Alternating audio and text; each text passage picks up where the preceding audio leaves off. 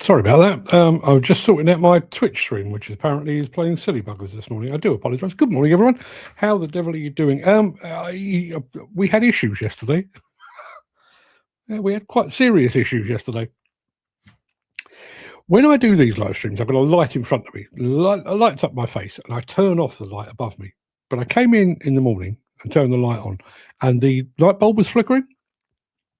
So not that I needed it, but I've got one in the cupboard. I'll switch that out and I'll put a new one in. After the show, when I was sat here, turned that light off and I put that one above my head, that started flickering as well. I thought, that's weird. Unscrewed the light bulb and it was full of water. And when I looked at the one I'd taken out earlier, that too was full of water. Yeah, listen, I'm no expert, but I'm fairly sure that electricity and water do not belong in the same vicinity. Turns out I've got a leak upstairs. I'm sat basically directly below our ensuite bathroom. So there's a shower, toilet, sink up there, and something up there is leaking. We had a guy out yesterday who reckons he's resealed the tray for the shower, which hopefully will take care of it. But as it stands at the moment, above me there is a light. There's no light bulb in it.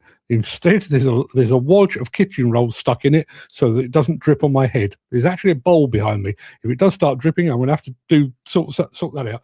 So if you do suddenly see me looking up, that's why. Yeah, Dan says, not very good. No, it's not good at all. Mercy Johnston is our midst.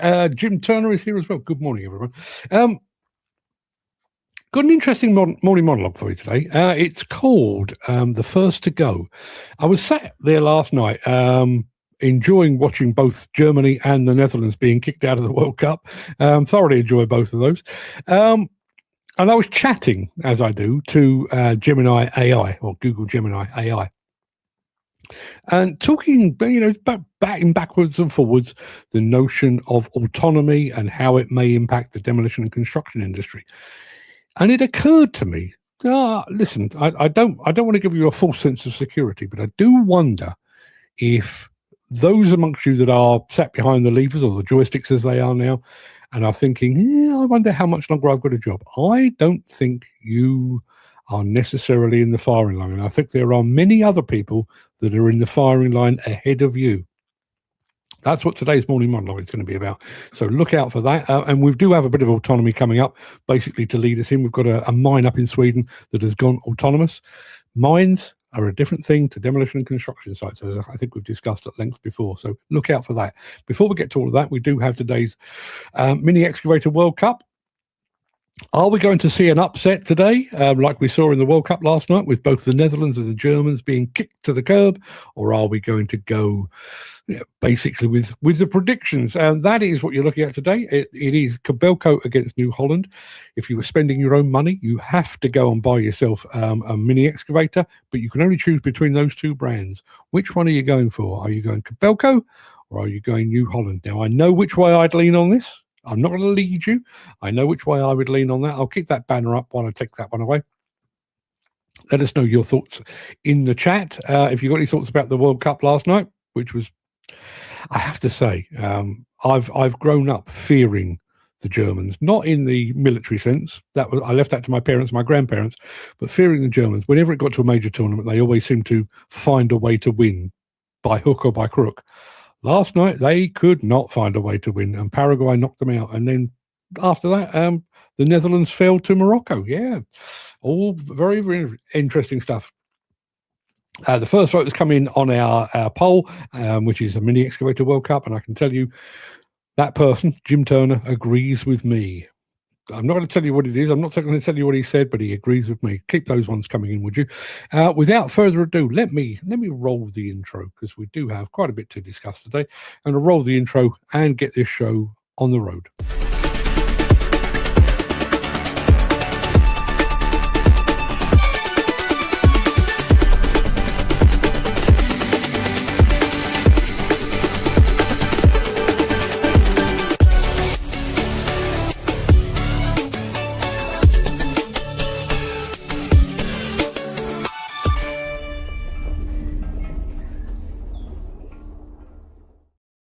going to say a quick good morning to Ken Hatcher. Good morning, Ken. Thank you very much indeed for joining us. Just to let you know, our Mini Excavator World Cup today is that. It's Kobelco versus New Holland. If you prefer New Holland, type New Holland in the chat. And obviously, if you prefer Kobelco, type that in the chat. I will give you the rundown on what we've got in today's show, but I meant to mention this. I don't know if you saw it yesterday. DWS, a big finance company, has bought a stake in Flannery Plant Hire. Undisclosed sum, undisclosed how much of a stake they've bought, but interesting stuff. And I never know quite which way to read people buying stakes in companies. Is it a potential takeover for the future? Is it the family, the Flannery family, taking a bit of a step back, or is this all part of a big cash injection to make Flannery, who are bloody huge already, make them even bigger? If you've got any thoughts on that, I'd love to hear from you. But meanwhile, it is Tuesday. It is Tuesday, the 30th of June. Welcome to the Breakfast Show. I am your host, Mark Anthony, the walrus of demolition, the Lord High Chancellor of live streaming, the authentic voice of the global demolition industry. And in today's show, we've got some epic French demolition for you. We're going to get the operator's perspective on the new Cat D11XE. Plus, how autonomous Volvo trucks to be precise, have shifted 700,000 tons of Swedish rock. And over in our morning monologue today, it's going to be called The First to Go, the jobs in the firing line when the autonomy revolution begins. Love to get your thoughts on all of that as well. Going to say good morning to Hughes Waste, who have just joined us over on Instagram. Going to say good morning to Lee Mansfield, who's just joined us over on Facebook. Morning, Lee. Yep, the votes are still coming in. It's very one-sided again today. Looks like we're going to get a bit of a whitewash in terms of the Mini Excavator World Cup. Those of you that have just joined us, there you are. That's what we're looking at. If you prefer Kobelco, type Kobelco. If you prefer New Holland, type New Holland. It really is as simple as that. While you're thinking about that, we'll have a bit of this.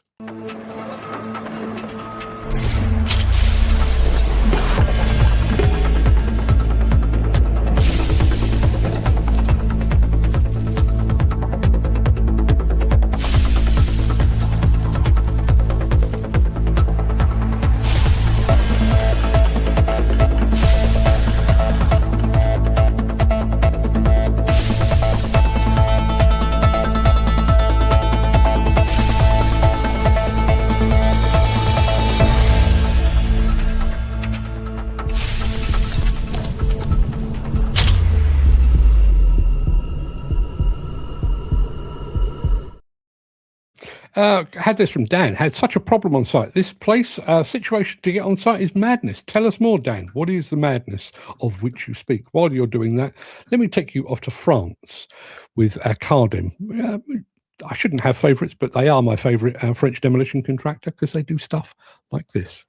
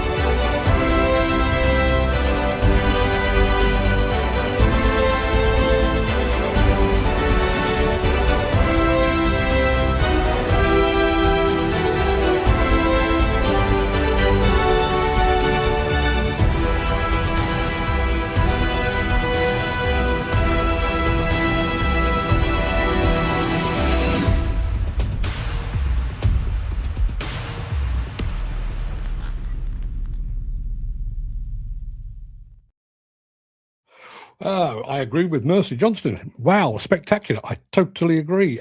Jim Turner from yesterday's conversation. I messaged a fellow I was on about yesterday. He hasn't got a Demolition dozer. It's a Hyundai dozer. Still vaguely interesting. Keep me posted. Mark Whiting has just arrived. Good morning to you, Mark. I will press your button forthwith when I can find it. That's your one there. Good morning to you. Going back to Dan Cullen. He's having problems getting on and off site where he is today. And this is the reason. You have to scan your passport. Does that mean digital ID is getting closer, or is this just tier one contractors using it? To the best of my knowledge, it's only tier ones that are using this kind of thing. However, bearing in mind that they are the tippity top of the industry, and what they say gradually percolates down through the industry. So don't be too surprised if you see it either implemented by the tier ones, or the tier ones insisting that their subcontractors and their supply chain start to implement it as well. Here is the problem. It's an app called PPAC. You scan your passport or birth certificate for your right to work. Not even driver's license works. And 20 men left sites, it takes 30 minutes to load up, and then some guys had to try again to get working. See, I'm going to be talking about technology at the end in my morning monologue today, but the whole notion of any kind of technology, surely above everything else, should be frictionless. I don't care how secure your site is.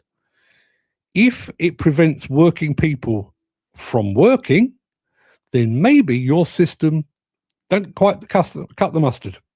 I'm just saying. Just saying, but I'll keep an eye out for that. I've never heard of PPAC before, but I'll go and check that out. Let's have a look. What do we got next? Oh yeah, we've featured the Cat D11XE a couple of times now, because it is, well, let's face it, it's a big new product from Caterpillar.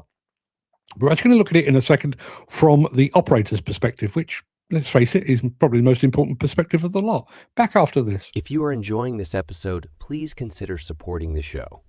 You can leave us a tip at buymeacoffee.com/demolition news. Now, just before I get to the Caterpillar D11XE, there's a note gone out this morning about plant works next year, which, as most of you are aware, is taking place from the 22nd to the 24th of June at the NEC in Birmingham. Listen, it is what it is. It will go ahead regardless of anything that I say. But here's the thing, right? So exhibitions, regardless of whether it's Bauma or Conexpo or Plantworks or Hillhead or Intermat or Samoteur or any exhibition, okay, the way they work is, what you want is the big names to sit at the top table. And when I say the big names, you want Caterpillar, Komatsu, Hitachi, Case, John Deere, those sort of companies. And then everybody else benefits from the crumbs. So basically, people attending exhibitions will go specifically to see Cat or Komatsu or JCB or Hitachi. That's what they do. And then while they're there, they'll go and have a bit of a poke around among the attachments and among some of the lesser manufacturers. Now, when I say lesser, I don't mean that they're bad. I mean that they're not as big, not as... Imagine your high street. If your high street was filled with nothing but bakeries and charity shops, there'd really be no reason for you to go there unless you were donating to a charity or you fancied a sausage roll. That's why we have these big shops, the Debenhams and the John Lewises and the Bentals and people like that. They get in the crowds, and then when the crowds are there, they've paid to park their car, and then they go and have a nose around the bakeries and the charity shops. So that's how exhibitions work. Note came out this morning from Plantworks. Apparently, they have assembled commitments from leading brands. Leading brands, including Wacker Neuson, Manitou, Manyi, Hydrema, Augertalk, and Rototil. Now, I have nothing but respect for Wacker Neuson and for Manitou and for Manyi as well. Would I necessarily travel to Birmingham to see them? More specifically, would you travel to Birmingham to see them? Or are you, like I am, waiting for them to sign the big names, like a Cat, a Komatsu, a JCB, Hitachi, Hyundai, Develon, Liebherr, any of those the big name, the marquee products, the marquee manufacturers that will actually get me to put my shoes on and go to the NEC. Let me know your thoughts. I'd love to hear from you. What do we got over here in the chat? We've got apparently the what was it called? The Pack app? PPAC app only has 3 stars on Google. That's not good, is it? Chris Ford says, morning, where does the time go? Late again, I'll creep in the back and be quiet. Yeah, some people take offense when you creep in the back. I'm not going to dwell on that for too long, but you know, I think you know what I'm saying. D11, Cat D11XE. This is the one with diesel engine, but the electric final drives. Brand new product from Caterpillar, and we've seen it from, well, we had a bit of a walk around. We've seen it from a dealer's point of view, but we're now going to hear from the operator who's actually been driving this thing down in Mississippi. It's pretty good. As far as the XE, I feel like Cat has built a perfect machine. It is awesome to be able to load up.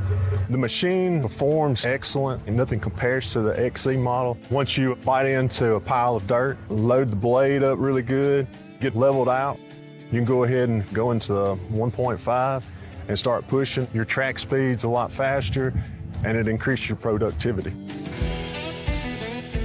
Really love the reverse. If you don't have the experience, the XE will make up the difference with the extra power, being able to back up and maneuver better through muddy conditions. The XE is only burning somewhere between a half to a quarter of a tank between fuelings. That's a change that we see every day. Sometimes it's up to savings of 100 gallons of fuel. Turn and all is great. You're able to get around in the cut a lot better. Being able to be precise and turn and maneuver is a game changer for us. I love the machine as far as operations and comfort. The cab is well manufactured. It's very quiet. There's pane glass in the doors. I think that helps. It's about like riding in your car as far as the sound. There's plenty of room in there, and there is more leg room, I do believe, as tall as I am. I can see a difference. The air conditioning, this machine works great. Most of the time, you're on fan setting of 2. On a really hot day, you might run a 3. And I love the easy access to the controls. You know, at first, I was totally against the XE, the electric drive. It can't be any better than these. But after running one shift, I was sold on it. The XE is a great machine. It makes my life easier out here mining.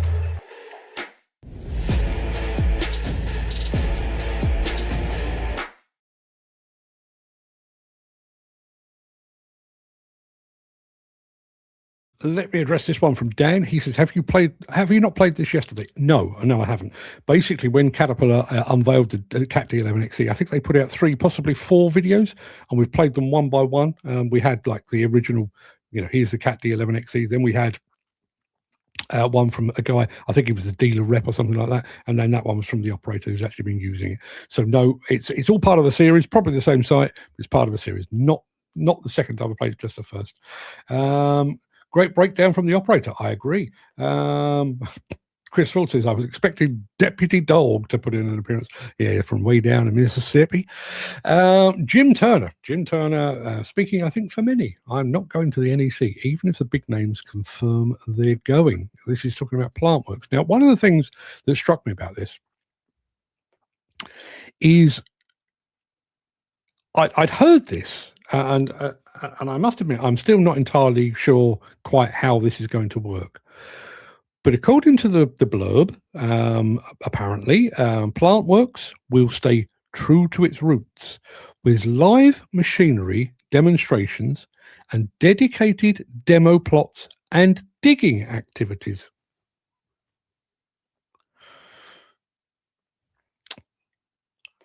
How are they going to do that then? I mean, obviously, they're not going to be digging indoors, and a lot of the NEC is indoors. I can't imagine them being allowed to dig up a car park. So how? I'm genuinely asking the question: are they going to bring in a huge amount of material, put it down, kind of do some pretend digging, and then take it away again? Have they got some special dispensation of a part of the green area around it? I honestly don't know, but I don't know how it's going to work. And don't forget, it's a different owners now. The original plant works was obviously under the auspices of the Construction Equipment Association. It's now owned by a company called the 19 Group. But you might remember it was either the first or possibly the second plant works. I remember Fred just shaking his head in disbelief. We'd been asked by one of the manufacturers to go and film some of their equipment in action, and it was supposed to be digging, and we got there and they'd been forbidden from digging, so they were miming. Literally excavators doing this and then putting invisible material into a dumper and then going back and doing some pretend digging.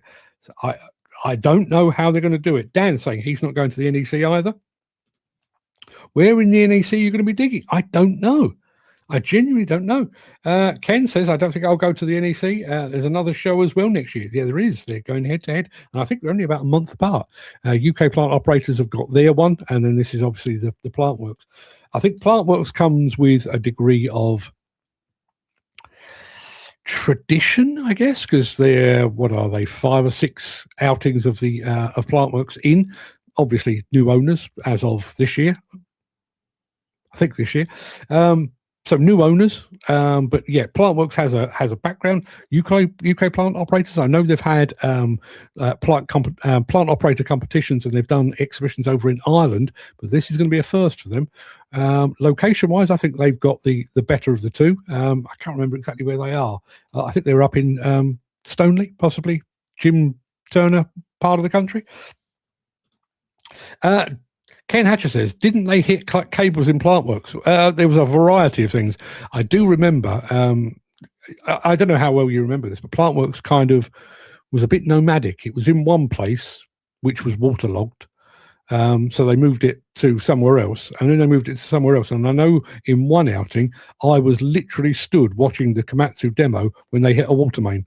They'd been assured there's nothing down there for you to worry about, and then all of a sudden we had a water feature on the stand, and people running around trying to bung up holes and stuff. A bit like I've got above my head at the moment, but going that way rather than that way, if you get my meaning. I don't know, and maybe I'm looking at this at the wrong time. I came away from Hillhead feeling a bit exhibitioned out. I've done 3 or 4 exhibitions this year, and I feel like I've done enough, and maybe I'm looking negatively at those that are coming next year. I don't know. Ken Hatcher saying, think I'll try UK plant ops. It's Warwick area. Yeah, it could well be Warwickshire area. Jim Turner saying Stoneleigh is a great showground. Yes, it is. Again, I wonder who they will attract, and I also wonder, I understand the commercial reasoning behind going head to head. 2 different plant exhibitions going head to head in the same year, and if I could get a slice of that financial action, I'm sure I'd do exactly the same. But I do wonder if either of those will actually serve the industry rather than just serving themselves. But particularly when you're thinking about people like yourselves who have to take a day off work to go. Are you going to take a day off work to go to Plantworks and then take another day off to go to the UK Plant Operator Show? Are you going to just select one and take one day off?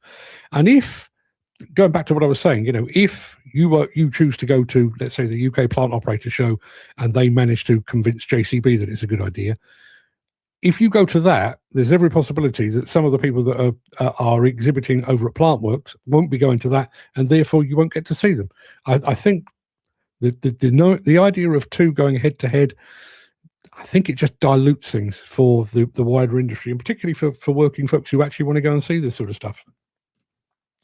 I'm waiting for your next Saturday show to try out my new tablet. It's bloody fantastic. Dan, I am working on it. It won't be this week, I'll tell you now. We've got funeral on Friday, and I'm not expecting it to be good. Funerals really are, but I'm not expecting this to be a good one. As she's not here, I'll tell you, my other half is struggling quite a bit with the loss of her mum. And part of it, I think, is down to the fact that she lost her dad 15, 16 months ago. But because her mum was quite ill anyway, she never took the time to grieve. She just sort of, okay, my dad's gone, but I need to look after my mum, and threw herself into that. And now her mum's gone as well. It's like a double dose of grief have just crept up and hit her over the head. So as I say, I'm expecting Friday to be not particularly pleasant, but hopefully the Saturday after that, I've already got one show in the can. And I've got another one that I'm working on literally of an evening. So there is plenty of stuff to come. Samsung S11 got all the stuff needed, but almost like a mobile TV. Yeah, absolutely. I must admit, since I got my Apple laptop, I've not been using my iPad, but I had an iPad mini. I had the original iPad, but then I went to the iPad mini, and I would spend hours just playing around on that. It's fantastic still. So I fully understand where you're coming from. Right. Where are we? I don't know if we've done. Yeah, I think we've done the Volvo, the fuel theft thing. So, morning monologue today is going to be talking about the arrival, slow and stuttering, the arrival of autonomy. Before I tell you and try to reassure you that it won't be all bad, let me show you a bit of Volvo autonomy in action.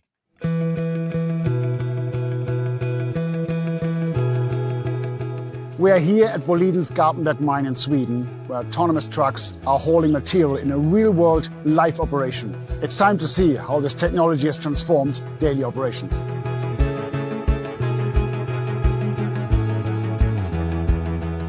Our task is to transport rock fill from the local quarry up to the dam, where we participate in reinforcing the dam from the outside. It's related to a new standard for how you build tailing dams.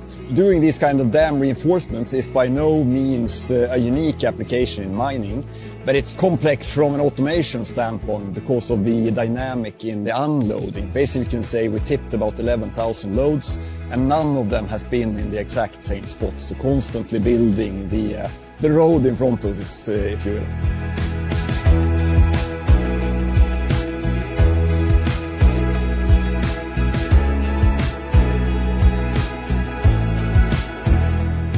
I think autonomy is bringing a lot of benefits for us. It's of course a safety thing. It's also a lot of productivity, and you can also do with automation. You do the same thing every time, so you can optimize the process in a different way than you do with operators.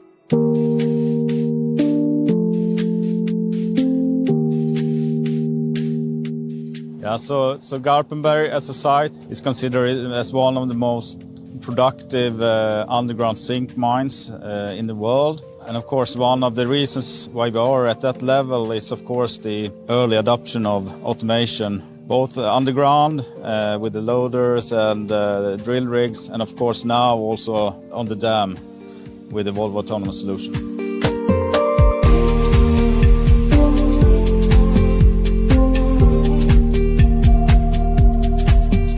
I think it's been a lot of learnings. In the beginning we had a lot of things that we needed to work on and tune.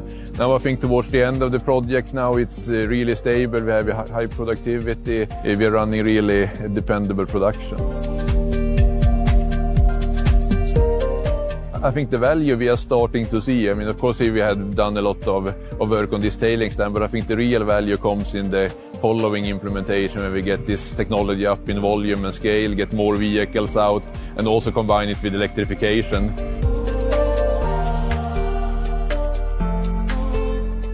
Well, first time I've been here, it was just the beginning of the building project. There was hardly any dam here. And it is almost mind-blowing to see how much material we transported. I mean, it's just incredible what can be achieved in this short amount of time with autonomous transport.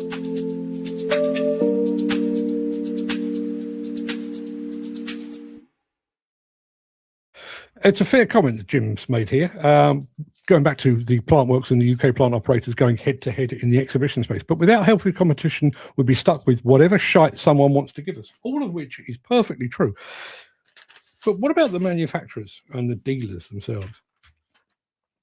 You know, they don't have endless budgets. They don't have bottomless pits as for marketing budgets. So I would imagine that some of them will be forced to make a choice. They'll either have to go with one or the other, which again dilutes the message that's going to, the likes of yourselves, basically. You know, you will ultimately probably have to make a choice. I've already made my choice. I probably won't be going to either of them, but that's just me. That's just me. Thank you very much indeed for that, Dan. Yeah, I need to get Friday out of the way. I'm hoping the Friday, the funeral will give her a bit of closure, draw a bit of a line in the sand under it all. But yeah, not the best time at the moment. But I'll keep you posted. Now, before we go over into our morning monologue, I do need to switch off this banner because we've already got this decided. Let me throw up on the screen. That's what we were looking at today for the morning, the Mini Excavator World Cup. Kobelco taking on New Holland. I can show you the poll there, and if I stop the poll, hopefully it's counted correctly, because I think this is another whitewash. There we are, 100% in favour of Kobelco. Kobelco go forward, and unfortunately New Holland go back home. A bit like Germany and the Netherlands. I'll tell you tomorrow, who do we have tomorrow? Oh, it's quite a big one tomorrow. Case versus Volvo. I mean, I know which way I would lean, but that's a tougher one to call, I would say. Case taking on Volvo tomorrow, but as I say, as of today, Kobelco are into the next round, and New Holland rather are on their way back home. Take that away off the screen. That's about it for the main part of this morning show. I'm going to roll the outro in just a second before leaping gazelle-like over into my morning monologue. If you can't stick around for that, please stay safe. Look after yourself, your family, your friends, and your colleagues. I hope to see you again very soon. But if you do have the time and the inclination, I'll be back immediately after this. And I'd like to think that today's morning monologue will offer just a little bit of reassurance. Just going over to this. I've already made my choice. Definitely not going to Plantworks. Might go to the other one, says Jim. Don't see any New Holland around now. No, they are a bit of a rarity. Little splurges around the country. You occasionally, maybe it's a strong local dealer. There's another one. Oh, and another one.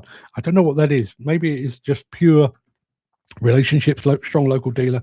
But yeah, they're still around, but less and less of them. Morning monologue time after this.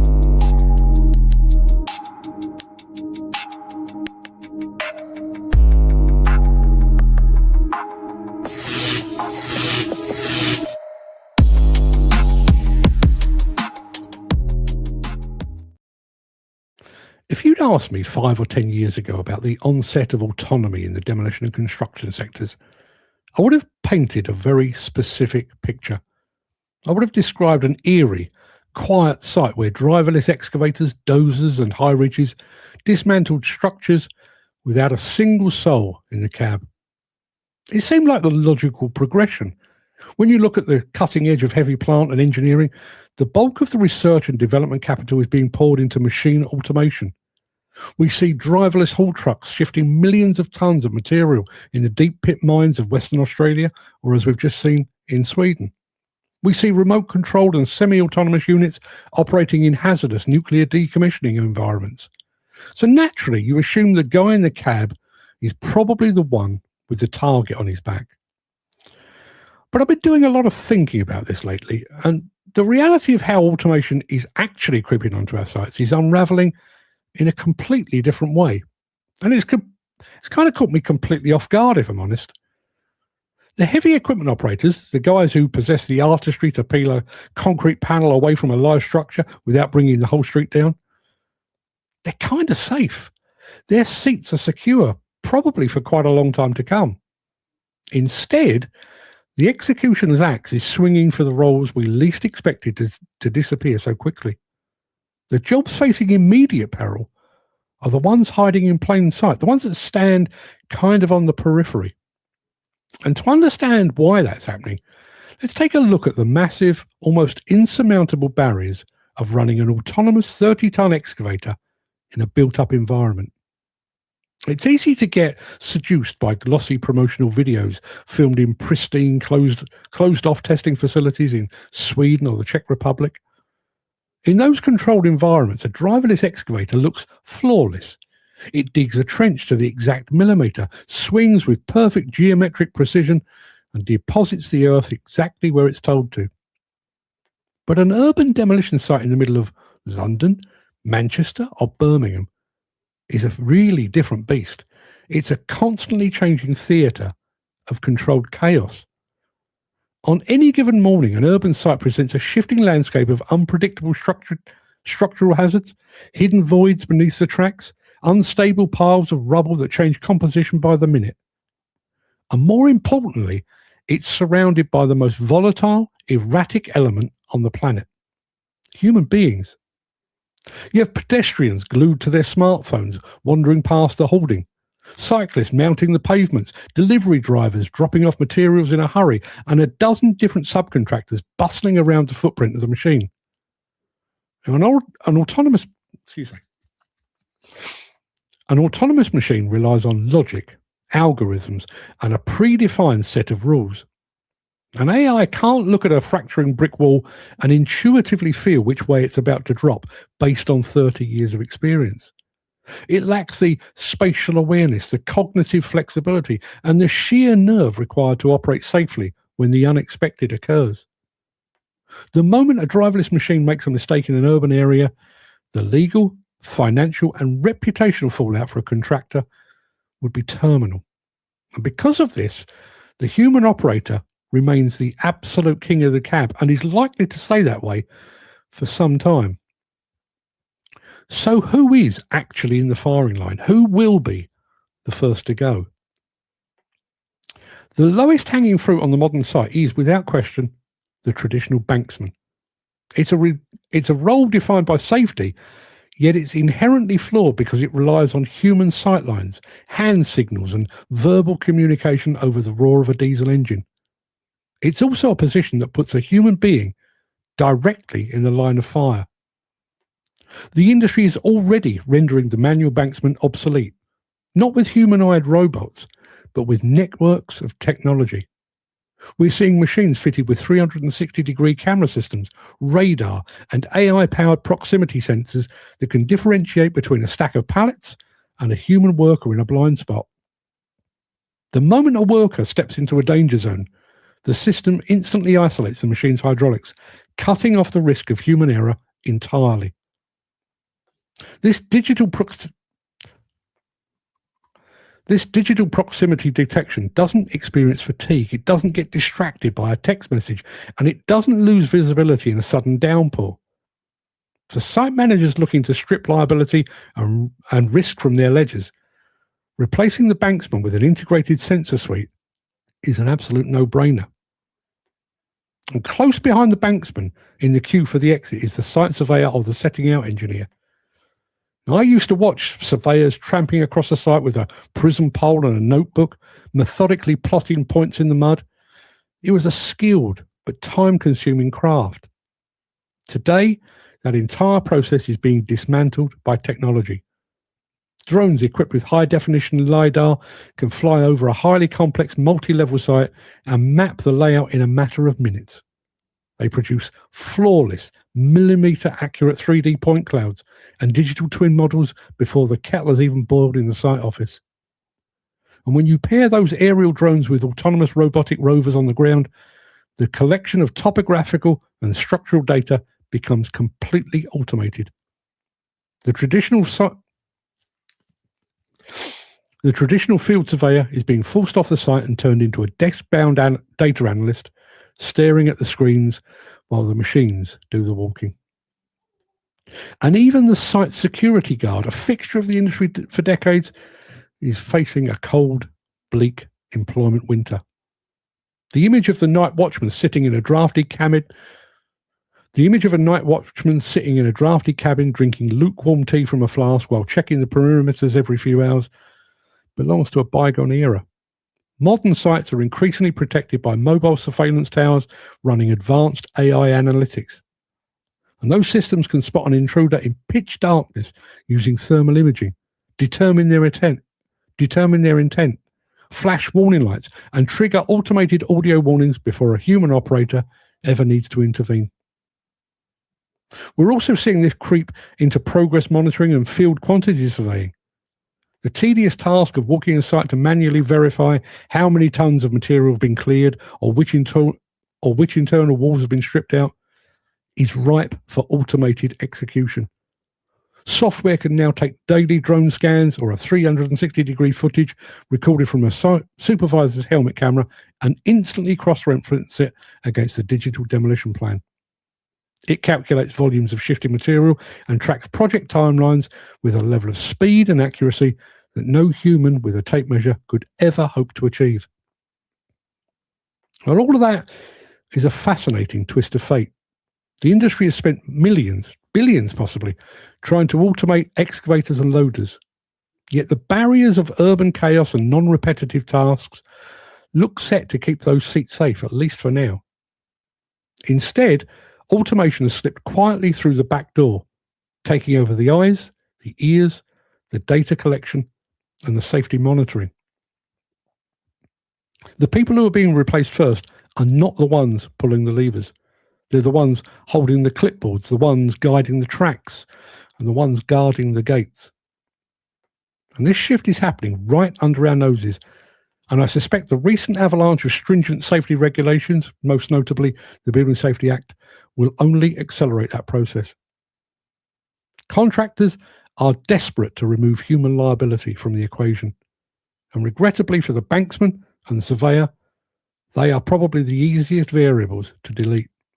And they will likely be the first to go. There you are. I hope you found that slightly reassuring. Had a long chat with Jim and I about that last night. It's surprising just the level of understanding you get from AI, which seems appropriate given that's what we're talking about. I was basically explaining to it what I was trying to achieve.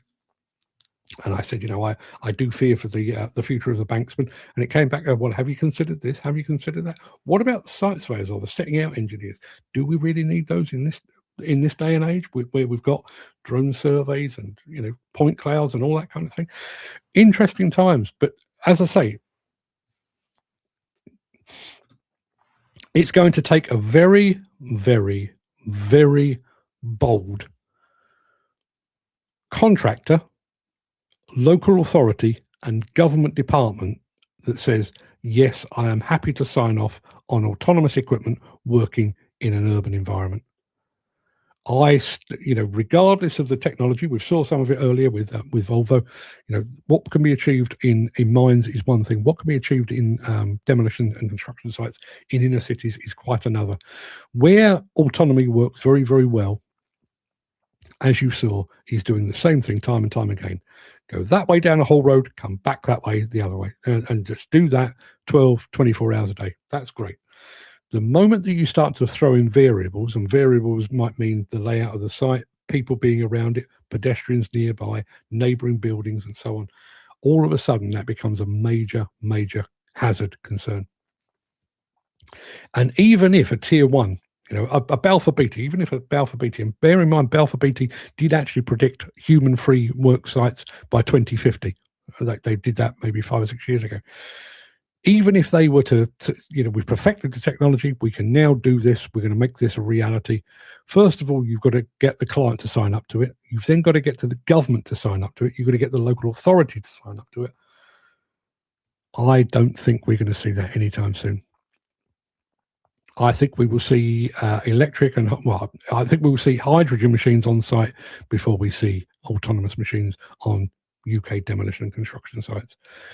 But those jobs around it, think about some of the tasks of a site supervisor. Yeah, they, back in the day, they did used to walk the site and, keep an eye on people, keep an eye on progress and everything else. Do we need them anymore? Bearing in mind they spend a lot of their time filling out paperwork in a site cabin. So rather than you walking the site, send the drone up every hour, every 15 minutes, if you like. It does a bit of a spin around. That is then beamed back to the head office, and a data analyst will sit there, check for hazards that haven't been addressed, check for progress. All of that can take place without human interaction. And bearing in mind the technology, you can share that. So, if there's multiple stakeholders on that job, so the local authority needs to be kept informed of what's going on, maybe the client needs to be kept informed, maybe the main contractor needs to be kept informed, all of that can be fully automated pretty much in an instant. Should we have people walking the site? Now, you'd like to think if you've made it up to the position of site supervisor, you probably know your way around a site and probably aren't getting yourselves in any danger. But one less person walking the site is one less potential accident. We could do that, and we could do that today. The technology exists. It's already in use. It just needs a wider adoption. But a banksman, you imagine, you know, back in the day with their flags and stuff, I think we get a bit less of that these days. But that notion of having somebody left a bit, right a bit, take aim, fire, you know, Bernie the Bolt from, what was that called? Golden Shot back in the day. Those of you that are of a certain age may remember that. Whereas now you've got 360-degree cameras. You've got an overhead, like an aerial camera view as well. You could potentially hook that up to a drone as well. You could literally, imagine a high-reach excavator. Up until fairly recently, you were looking at a screen and you were trying to figure out where your attachment was in comparison to the thing you were trying to buy. You can now put a drone or another camera up alongside that attachment and you can see precisely where that needs to be. And taking that even further, given the fact that we now have technology that allows you to set dig depths, dig heights, dig areas, apply that to demolition. You're working 20, 25, 30 stories up. 30 is a bit of an exaggeration, but you're working 25 stories up on a high reach. And using systems like we've got with the PC220 LCI-12 from Komatsu, Volvo have got something very similar. You can align where you need that pulverizer or that cutter crusher to actually grab on, and you can literally press two buttons and it will go to that point, crunchy, crunchy, crunchy, pull back, you press the same two buttons again and it goes and does it again. And you just gradually move your way along, and there's no need for a drone, no need for additional cameras. You've got all of that under control thanks to technology. Going back to the chat, New Holland, CNH have always seemed to partner with another manufacturer rather than make their own, even when it was Ford. Yeah, it's very true. It's very true. There was an announcement. It was a weird one. CNH actually put out an announcement the other day to say that they were looking much the same as Volvo. Volvo has said this partnership is the new leadership. That's their take on it. You know, they're going to go out and find other companies that are doing clever stuff and partner with them to make their stuff even more clever. CNH have indicated that they're going to be doing likewise. What they didn't tell us was who they're likely to do it with and in what areas. I know they're doing quite a bit of that over in the agricultural sector. Not sure what that's going to mean for construction. Be interested to see. Just can't help thinking, though, that they kind of lurk in the background, don't they, CNH? Bearing in mind CNH is New Holland and it's Case and you know some massive brands. And I know Case are a big deal in the States, but are they a big deal here? Probably less so than they used to be. New Holland, when was the last time you saw a New Holland off a farm? I don't know quite what the deal is with them. You know, you look at the Caterpillars, the Komatsus, the John Deeres, the Volvos, the Liebherrs, they all seem to go from strength to strength to strength. Whereas CNH, and I wonder if it's a fact that they've got themselves a bit confused. There was a period, maybe 10, 12, maybe even 15 years ago, where CNH was very acquisitive. Oh, we'll buy that brand and we'll buy that brand and we'll buy that brand and we'll bring them all under the CNH umbrella. But rather than sort of bringing them in and heading in one direction, they seemed to bring them in and then head off in about 15 different directions. And I wonder if that's actually cost them.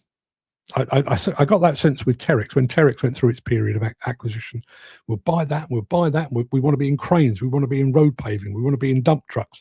We want to do all these things. And then bit by bit, actually, that's not working. Get rid of that. That doesn't quite fit. That I don't know. Too big, too soon, maybe. Don't know. Anyway, people, what do we got? Case were, of course, Sumitomo until recently. Who they are now, who knows? Yeah. Well, I think aren't there many excavators Eurocomatch out of Italy? I think they are. I'm not. I should have a family tree on my wall because the actual family tree within the UK or within the demolition and construction equipment industry is so complex and so incestuous. You know, they're a rival to them, but they also build for stuff for each other, and they don't like them and they don't like them, but they share a manufacturing facility and they make the gearboxes and they make the engines, and it's all a bit of a bloody muddle, to be honest, and it's bloody hard to keep track of it. but yeah, I mean, maybe we'll pick through that one of these days of who actually owns what. I remember there used to be a TV show back in the, I'm going to say the 90s, early 2000s. I think it was called like Music Family Trees, and it traced the origins of various bands. Of, you know, well, he started a band with him, and then they had a falling out, and then he went off and started that band, and he went off and started that band, and then they got this guy on board who started, and it just, this industry is exactly the same. When you actually dig through it, you know, they owned them, but they sold them, and now they own that, and then they build for them, and it's just, it's a bloody viper's nest. It really is. My leak above my head has started again. So before I go bang and my hair stands on end, what little I've got, I'm going to call it a day. I will be back tomorrow, even if there's a downpour. I'll be sat here with an umbrella above my head. I'll be back tomorrow for yet more of the same. Until then, everybody, have a fine and splendid day. Hope you enjoy your day. I was going to say it feels a little bit cooler, and it did, which is why I've got a long sleeve top on. I'm sweating golf balls sat here, so I may go and put a t-shirt on now. So everybody, go and have a fine and splendid day. Back tomorrow, we get more of the same new Mini Excavator World Cup match. Until then, everybody, have a good one. See you soon.